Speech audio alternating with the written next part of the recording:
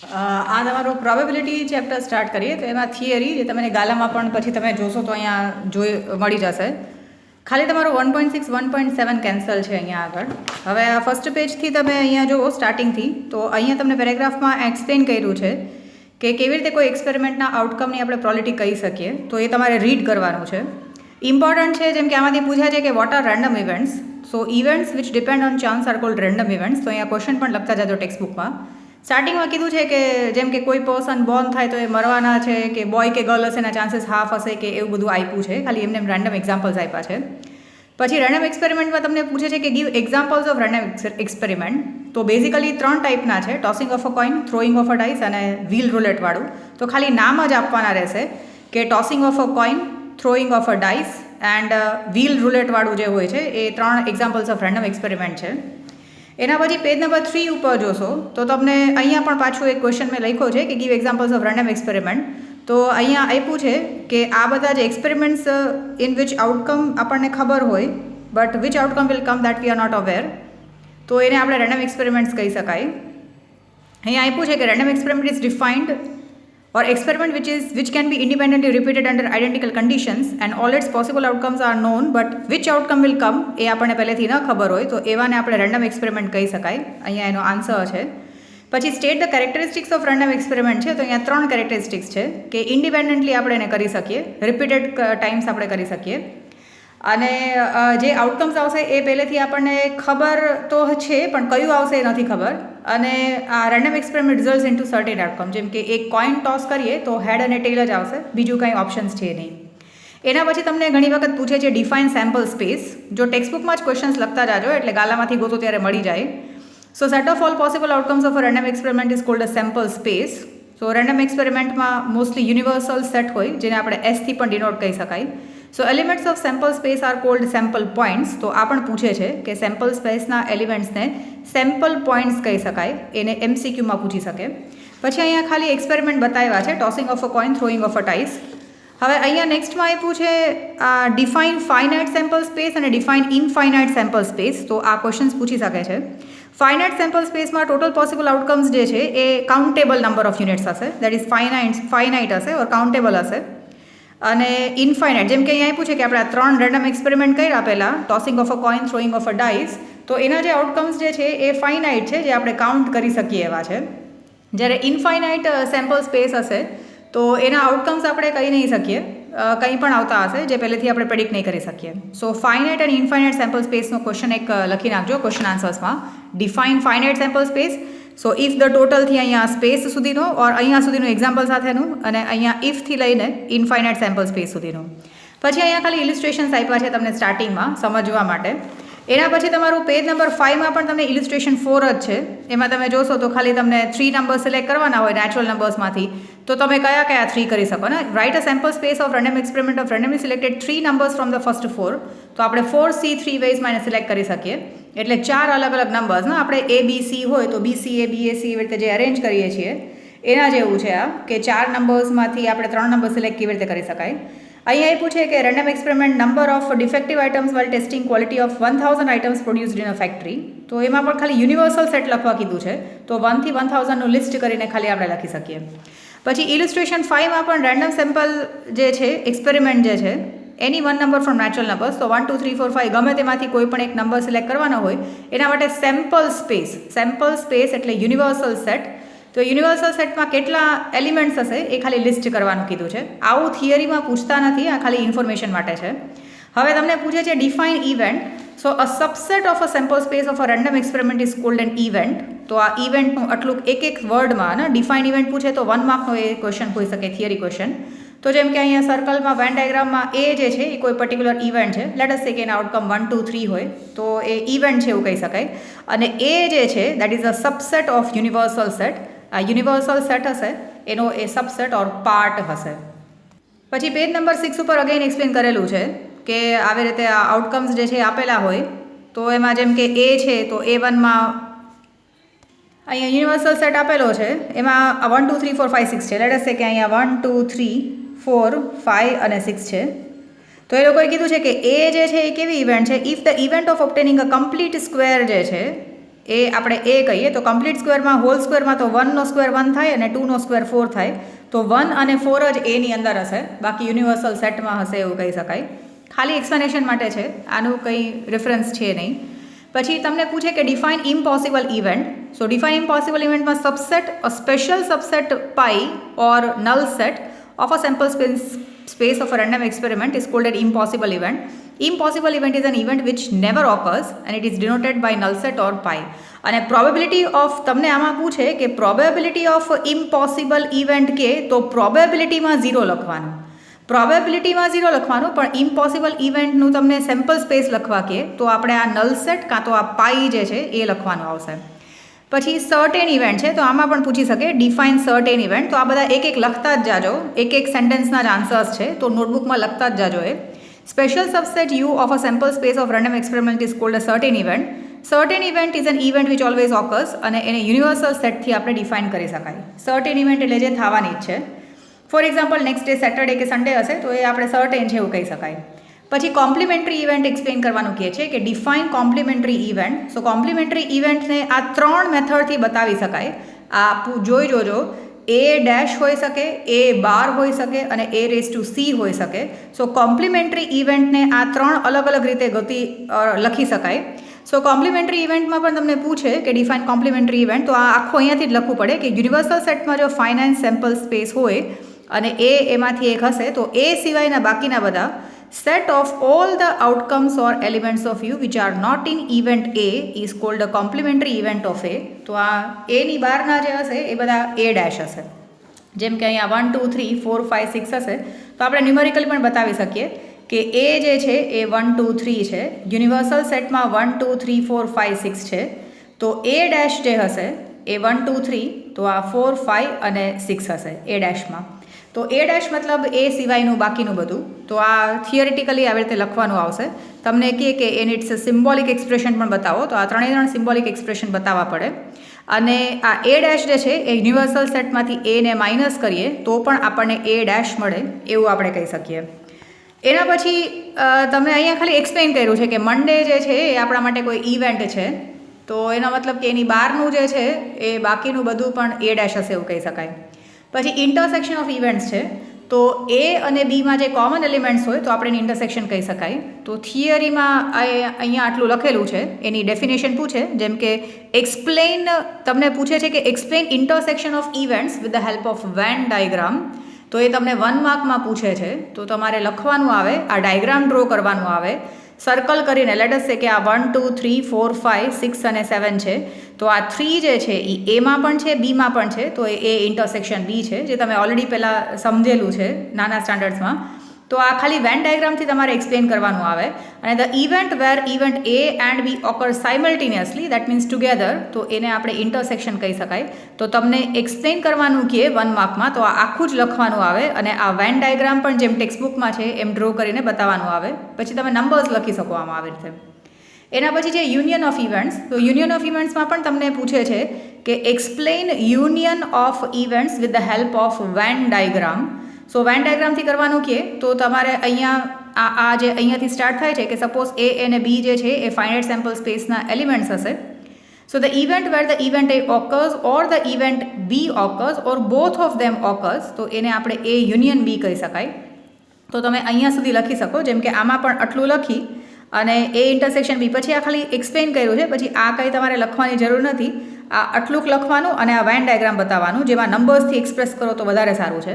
અહીંયા પણ આટલું લખવાનું, આમાં પણ 1 2 3 4 5 6 7 8 કરીએ તો એ યુનિયન બી છે એ 1 2 3 4 5 છે.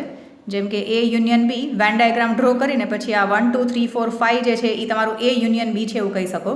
અહીંયા આગળ નંબર્સ લખીને A intersection B is equal to 3 છે એવું તમે તમારી રીતે એક્સપ્લેન કરી શકો.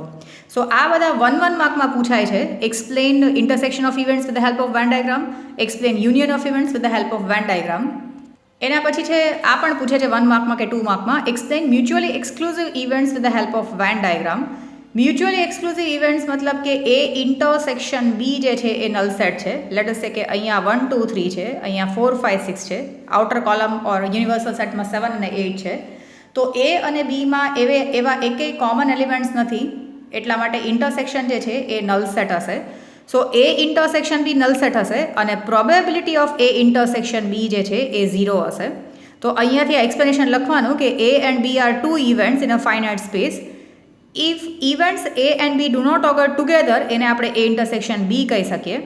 In other words, B or આ ન લખવું હોય તો અહીંયા સુધી લખી ડાયગ્રામ બનાવી નંબર્સ આપી અને આ A intersection B is equal to null set અને probability of intersection B is equal to 0 લખવું જોઈએ તો એના 1 માર્ક્સ મળે. થિયરી તમારું અહીંયા સુધી જશે આ સપોઝથી લઈને. એના પછી ડિફરન્સ ઇવેન્ટ્સ છે જે બહુ બધી ટાઈમ્સ પૂછે છે. આમાં પણ explain difference events with the help of Venn diagram છે. તો ડિફરન્સ ઇવેન્ટ બે ટાઈપના છે જે આપણે ફોર્મ્યુલામાં વખતે પણ લખ્યા છે, વિડીયોમાં જોજો, A minus B, B minus A. તો અહીંયા આગળ આ જે શેડેડ પોર્શન છે એ A માઇનસ બી છે. તો અહીંયા પણ તમારે આ સપોઝ A એન્ડ બી આ જેમ ટેક્સ્ટબુકમાં છે એમ જ લખવું પડે અહીંયા સુધી, આ A અને B સુધી, અને it is denoted by A minus B. આ ડિફરન્સ ઇવેન્ટનું પણ આપણે અલગ આખું કરેલું છે, જ્યારે सम्स કરશું અહીંયા ત્યારે પણ પાછું જોઈ શકાશે. સો ડિફરન્સ ઇવેન્ટના પણ તમને વેન ડાયગ્રામ્સ પૂછે છે 1 માર્કમાં ઓર 2 માર્ક્સમાં. સિન્સ ડિફરન્સ ઇવેન્ટમાં A માઇનસ બી આ ફર્સ્ટ છે અને બીજું જે છે એ B માઇનસ A છે, તો વેન ડાયગ્રામ પણ બરાબર તમને કરવાનું આવશે. પછી એક્ઝોસ્ટિવ ઇવેન્ટ્સ છે. સો એક્ઝોસ્ટિવ ઇવેન્ટ્સમાં બેઝિકલી કંઈ ડાયગ્રામ કે વેન ડાયગ્રામ છે નહીં, પણ એક્ઝોસ્ટિવ ઇવેન્ટ્સનું મેઇન છે કે probability of A union B is equal two probability of U અને ઇઝ ઇક્વલ ટુ 1 હશે. મતલબ કે A અને B સિવાય બીજું કંઈ પણ નહીં હોય. If the group of favorable outcomes of events of random experiment in a sample space, તો એને આપણે એક્ઝોસ્ટિવ ઇવેન્ટ્સ કહી શકાય. સો એક્ઝોસ્ટિવ ઇવેન્ટ્સમાં તમારે આ કદાચ થિયરી ન સમજાય તો તમે આવી રીતે પણ લખી શકો કે if A is equal two 1, 2, 3 and B is equal two 4, 5 અને 6, સો A union B is equal two 1, 2, 3, 4, 5, 6. તો આ A યુનિયન B જે છે એ એક્ઝોસ્ટિવ ઇવેન્ટ્સ છે, કારણ કે એમાં બીજું કંઈ પણ છે નહીં. જ્યારે અહીંયા सम्स કરશું ત્યારે તમે જોજો આમાં પણ લખાવેલા હતા ત્યારે કે A અને B એક્ઝોસ્ટિવ ઇવેન્ટ્સ હોય તો A union B is equal two P of U અને દેટ ઇઝ ઇક્વલ ટુ 1 હોય. તો A અને Bમાં જે એલિમેન્ટ્સ હશે એના સિવાયના યુનિવર્સલ સેટમાં કાંઈ પણ ઇવેન્ટ્સ નહીં હોય ઓર બીજા કોઈ વેલ્યુઝ નહીં હોય, તો A યુનિયન B જે છે એ U છે. સિમિલરલી મ્યુચ્યુઅલી એક્સક્લુઝિવ ઇવેન્ટ પૂછે તમને 1 માર્કમાં, જેમ કે આ પણ 1 માર્કમાં પૂછે તો તમે આ વેન ડાયગ્રામથી બતાવી શકો તો જો તમને થિયરી ન લખવું હોય તો. અને મ્યુચ્યુઅલી એક્સક્લુઝિવ અને એક્ઝોસ્ટિવ ઇવેન્ટ્સ હોય તો એ બેનું ઇન્ટરસેક્શન પણ ન થતું હોય અને આ પ્લેન યુ જે છે એમાં બીજા કાંઈ નંબર્સ પણ નથી. A અને B સિવાય બીજા કાંઈ નંબર્સ પણ છે નહીં એવું આપણે કહી શકાય. પછી આ પેજ નંબર 10 ઉપર પણ તમને આ બધા 1 માર્કમાં અને 2 માર્કમાં પૂછી શકે, મ્યુચ્યુઅલી એક્સક્લુઝિવ ઇવેન્ટ્સ અને એલિમેન્ટરી ઇવેન્ટ્સ. તો અહીંયા જે ડેફિનેશન્સ આપ્યા છે એ જ લખવા પડે. મ્યુચ્યુઅલી એક્સક્લુઝિવમાં A ઇન્ટરસેક્શન B જે છે એ નલ સેટ હશે અને એક્ઝોસ્ટિવ હશે તો A union B is equal two U હશે, જે જ્યારે सम्स કરીએ ત્યારે વધારે આપણે સરખી રીતે સમજી શકીએ. બટ ડેફિનેશન્સ તમે અહીંયા જેમ ટેક્સ્ટબુકમાં છે એમ જ લખજો, અહીંયા સપોઝથી લઈને U સુધી. અને એના પછી એલિમેન્ટરી ઇવેન્ટ્સ છે તો એનો પણ આટલો જ આન્સર છે, 1 સેન્ટેન્સના જેમાં આન્સર છે એવું કહી શકાય. હવે એના પછી તમને ઇલિસ્ટ્રેશન 6 છે જેમાં સેમ્પલ સ્પેસ લખવાનું છે. તો એ સેમ્પલ સ્પેસ લખવાનું આપણે જોઈ લઈશું ખરા એકવાર, કારણ કે સેમ્પલ સ્પેસ ખાલી લિસ્ટ જ કરવાનું છે, એવા सम्स મોસ્ટલી પૂછાતા નથી. સો ઇલિસ્ટ્રેશન 6 કરવાનો છે, 7 કરવાનો છે, દેન 8 કરવાનો છે, 9 કરવાનો છે, 10 કરવાનો છે. પછી 1.1 પણ આપણે લાસ્ટમાં કરશું, કારણ કે આ મોસ્ટલી પૂછાય છે તો 1 કે 2 માર્ક્સમાં પૂછાય છે, એટલે આ ચેપ્ટર આપણે જ્યારે પૂરું થશે ત્યારે લાસ્ટમાં જોવાનું આવશે સેમ્પલ સ્પેસ લખવાનું. એના પછી આ મેથેમેટિકલ ડેફિનેશન ઓફ પ્રોબેબિલિટી છે તો એ પણ આખું આવશે. તો એમાં તમને પૂછે છે કોઈ વખત કે explain equiprobable events with 2 examples. તો ઇક્વી પ્રોબેબલ ઇવેન્ટ્સમાં મોસ્ટલી 2 જ એક્ઝામ્પલ છે. ઇક્વી પ્રોબેબલ ઇવેન્ટ્સ મતલબ એના આઉટકમ્સને બધાને ઇક્વલ ચાન્સ છે. જેમ કે આપણે કોઈન ટોસ કરીએ તો હેડ અને ટેલના હાફ ચાન્સીસ છે. આપણે ડાઇસ થ્રો કરીએ તો બધાના 1/6 ના ઇક્વલ ચાન્સીસ છે. તો અહીંયા જે આ ડેફિનેશન આપી છે 3 લાઇન્સમાં એવું ન લખવું હોય તો શોર્ટમાં લખી શકે કે when there are equal chances of occurrence of any event they are called equiprobable events. So equiprobable ઇવેન્ટ્સમાં તમને એક્ઝામ્પલ્સ કહે તો આપણે આ ટોસિંગ ઓફ અ કોઈન અને અહીંયા એક આ વ્હીલ રૂલેટ છે. તો અહીંયા 1, 2, 3ના આવવાના ચાન્સીસ ઇક્વી પ્રોબેબલ છે, 1/3, 1/3, 1/3 ચાન્સીસ છે. સો આને આપણે ઇક્વી પ્રોબેબલ કહી શકાય.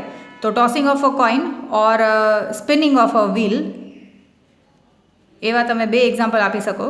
ટોસિંગ of or throwing of a dice પણ એમાં ઇન્ક્લુડ કરી શકાય. પછી તમને મેથેમેટિકલ ડેફિનેશન ઓફ પ્રોબેબિલિટી આપ્યું છે. તમને પૂછાય કે state mathematical definition of probability. તો આ મેથેમેટિકલ ડેફિનેશન ઓફ પ્રોબેબિલિટીમાં ખાલી આટલું જ છે, P of A is equal two favourable outcome upon total outcome, જેમાં M અપોન N. પછી આ લખો ત્યારે તમારે ફર્ધર લખવું પડે કે N is always greater than or equal two M. એ અહીંયા તમારે સાથે લખવું પડે. M અપોન N જે છે, તો state the mathematical definition of probability છે, તો તમારે આટલું લખવું પડે. થિયરીમાં નહીં લખો તો ચાલશે. હાવેવર બેટર છે જો તમે લખો 2 માર્ક્સમાં હોય તો અહીંયા આપ્યું છે કે સપોઝ N આઉટકમ્સ હોય જે કાઉન્ટેબલ હોય, ફાઇનાઇટ હોય, અને બેઝિકલી તો તમે કહી શકો કે favourable outcomes upon total outcomes is called mathematical definition of probability of A. So અહીંયા એકવાર વાંચી લેજો. If M outcomes among them are favourable, તો એ આપણે એને M અપોન N થી રિપ્રેઝેન્ટ કરી શકાય.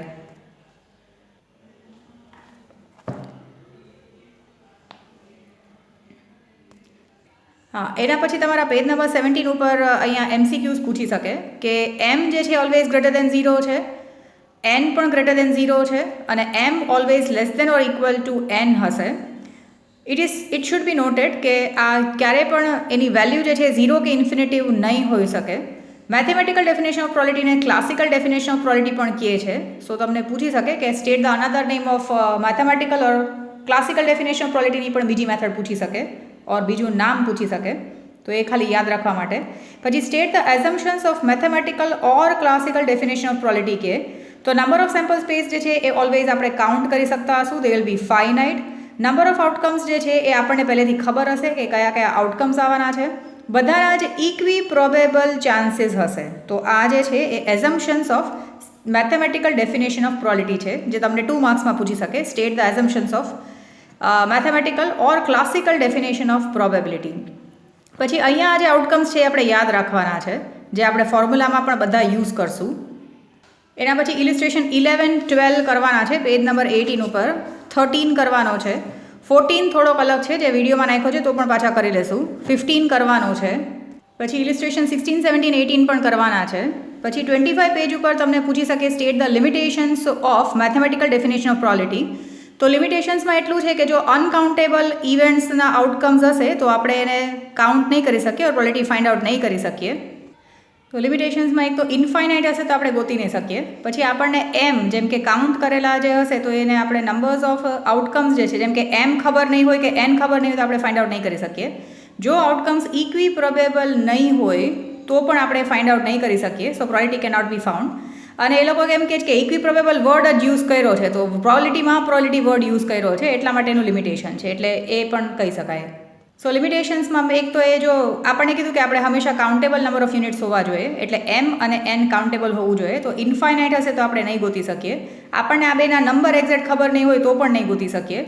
ઇક્વી પ્રોબેબલ હશે જેમ કે દર વખતે કંઈ કોઈન અને ડાઇસ જ આપણે થ્રો કરશો એવું નહીં હોય, બીજા અમુકમાં એ એપ્લાય નહીં થાય.